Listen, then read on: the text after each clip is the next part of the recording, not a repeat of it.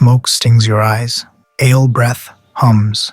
50 faces glitter like coals around the longhouse fire as the thin wool curtain at the far wall breathes in and out with your lungs. Laughter breaks like surf and then hushes. Not out of kindness, out of interest. The whole hall is a single watching pupil. You are not alone. You are the center. They steer you through the heat, past benches piled with furs, past iron pots sighing at the hearth. Someone cracks a joke. Someone raises a horn. A hand lifts the curtain. Inside, a narrow bed of straw and pelts. A space small as a cradle and large as a lifetime. The fabric drops. On the other side, your world waits, listening. The fire keeps time. The curtain is a contract. Smoke keeps the minutes.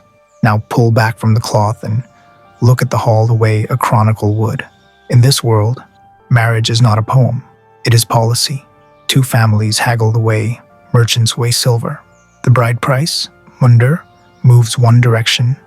Promises of alliance, grazing rights, and vengeance held in check move the other. A gift of keys to the household is not romance. It is responsibility transferred. A sword offered by her kin is not ornament. It is the new husband's duty nailed to his palm. Protect what you have purchased. Everything is witnessed. Oaths are spoken loud. Boasts even louder. The hall wants proof it can hear and proof it cannot. The shout of the feast and the silence behind the curtain. Bed warming is verification, not celebration. Privacy, that modern luxury, has no standing here. What counts is public certainty. A union that cannot be verified cannot anchor land, blood, and law. By morning, the ritual ledger must be balanced. The hearth is a red eye in ash when he places the morgengafoo, the morning gift, in her hand. A brooch, a ring, a share of land if he is rich. A token that is hers by law. It is not tenderness, it is security. Her one piece of property, even if fortune turns and he does not. The hall reads objects the way we read vows. Metal speaks, keys clink. That sound carries weight. The longhouse itself explains the marriage better than any saga. One room, one fire, beds are benches, privacy a curtain, not a door. A union is a public office held under the eyes and ears of a clan. Words like choice and romance are strangers here. Words like honor, use, and witness eat at the same table. In a climate where winter can starve a valley, affection follows after grain, not before. Children are not merely loved, they are needed. Hands for fields, heirs for claims, names to keep debts and feuds in order. None of this makes the people crueler than us. It makes the math different. Law codes will echo the hall's logic for centuries. Who pays if promises fail? Who keeps what if a marriage ends? What proves the union was real? The curtain is the first page of that ledger. The morning gift is the second. Smoke keeps the minutes. The fire closes its eye.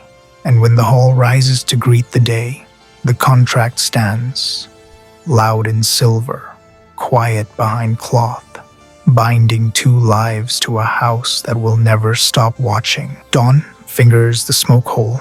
The hearth is a red wound under ash, breathing. The curtain that hid your night hangs slack and gray. A draft worries its hem like a mouth that cannot quite close. Around you, the longhouse wakes. A baby's thin cry, the scrape of a ladle, the cough that belongs to an elder you haven't learned by name yet. Cold seeps through the floorboards, up the straw mattress, into your bones. The gift he left you lies where your hand fell asleep on it. Metal, warming slowly to skin. Outside the curtain, someone laughs too loudly at nothing. Inside, the day begins. You dress by touch. Wool that itches, brooch that bites, the weight of keys new at your belt, and push back into the world that will never stop watching. A thrall stirs the porridge with a stick polished by years of circles. Another shoulders the bucket and vanishes into a winter that smells of iron. Steam ghosts the rafters. Wet wool, sour ale, wood smoke, the hall's breath pull the view wider.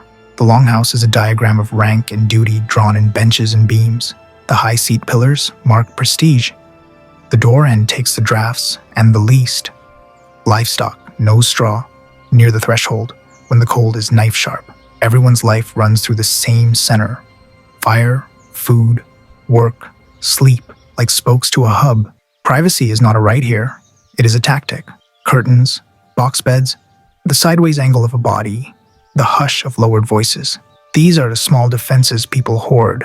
The bed you left is not a haven, but a tool. Straw that crackles, fleas that do not care about vows, pelts that remember animal before they remember warmth.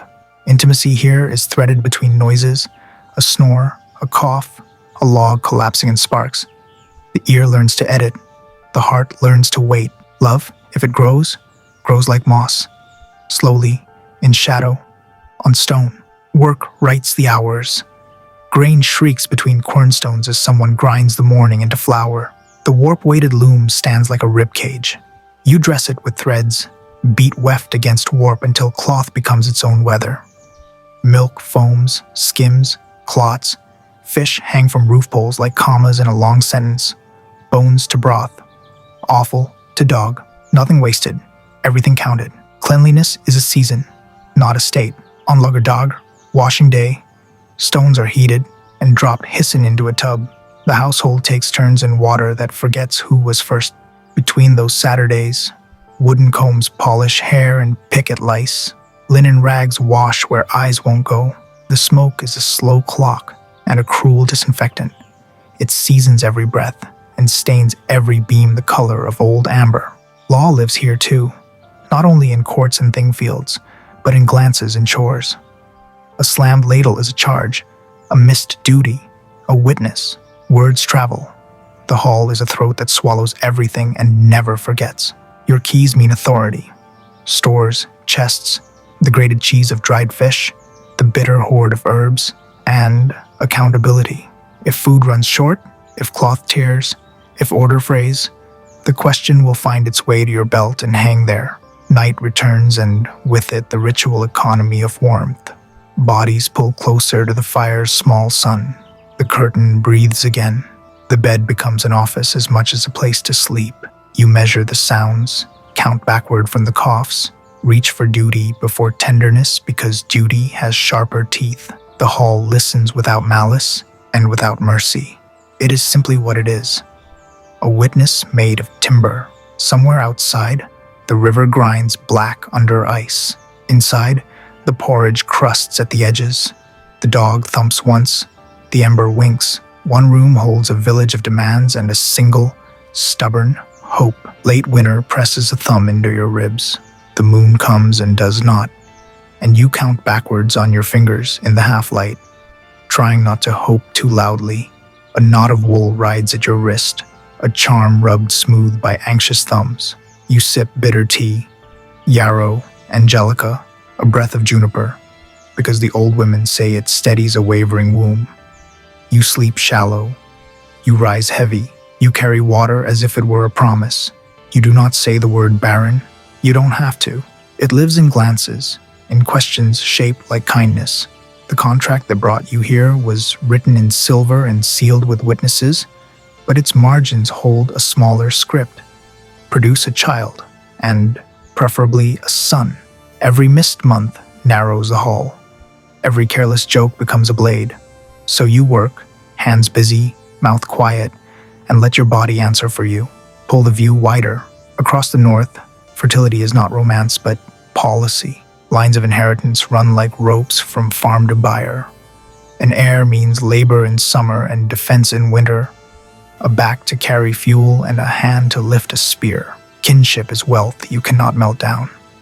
And a womb is the strongbox no man can smith for himself. If months make a year and no child comes, law offers a clean word for a messy wound.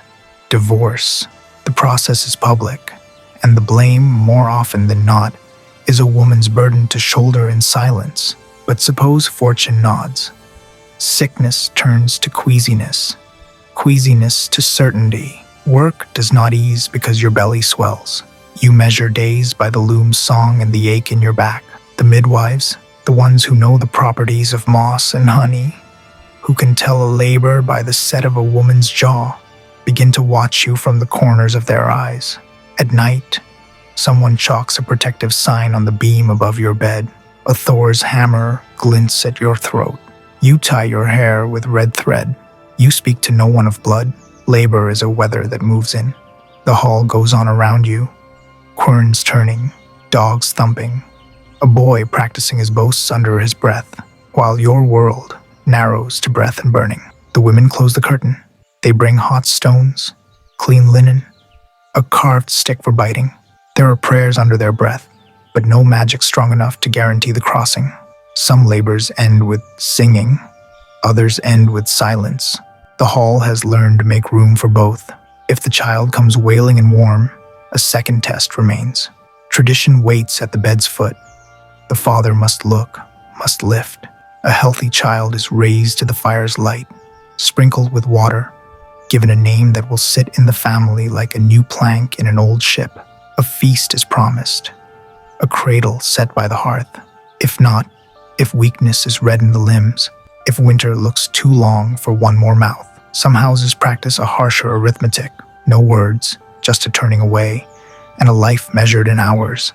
The law will speak one thing, hunger speaks another. When acceptance comes, relief is a physical thing. Milk lets down. The midwives laugh too loudly. Someone brings broth sweetened with a little ale.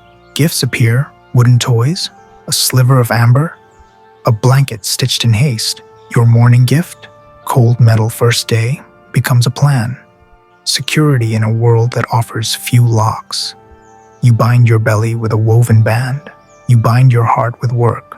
Babies are not spared a calculus of survival. Fevers take, winters take, and so love grows practical and fierce, the kind that counts socks and watches smoke for signs of change. Outside, the year softens. Inside, the loom resumes its patient thunder, and the cradle learns the rhythm of the hall. Your name changes without ceremony, from bride to mother, and with it your position in the quiet parliament of women. You know now what the old ones knew, that kin is coin, that blood is ledger, that joy, when it comes, is no less bright for the shadow beside it. You hear it first, footsteps at night, a door bar lifted, a quick intake of breath not your own.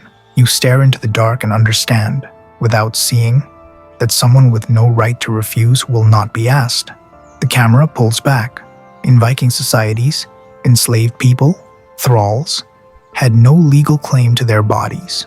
Sexual access to the enslaved was treated as a property right of owners or their guests. Wives managed households that included the coerced. Some resisted in quiet ways. Assignments, watchful presence, bargaining, but open defiance risked shattering the legal fiction that kept their position secure. The system coerced compassion into silence. Male sexuality was policed differently through honor language.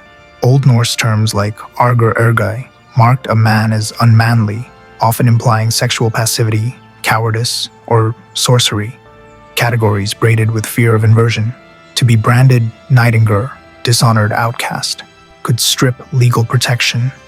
The community's violence then wore a lawful face. The same culture that shrugged at a chieftain's concubines could destroy a man over performative masculinity. Power, not purity, sat at the center. Violence was not constant, but it was always possible. Law assemblies, things, offered mediation, oaths, fines. Poets weaponized satire. Kin negotiated settlements before feuds ignited. Yet beneath the procedural layer, strength and coalition enforced outcomes. Bedrooms did not escape that logic. They revealed it. Aging exposed the scaffolding. A widow might command respect, property, and grandchildren, or find herself dependent on a son's goodwill and a daughter-in-law's patience. The same ledger that once judged her efficiency now tallied her use. Could she teach, mend, hold babies, remember law? If yes, she folded into the hall's memory. If not, she risked becoming a mouth in a lean year.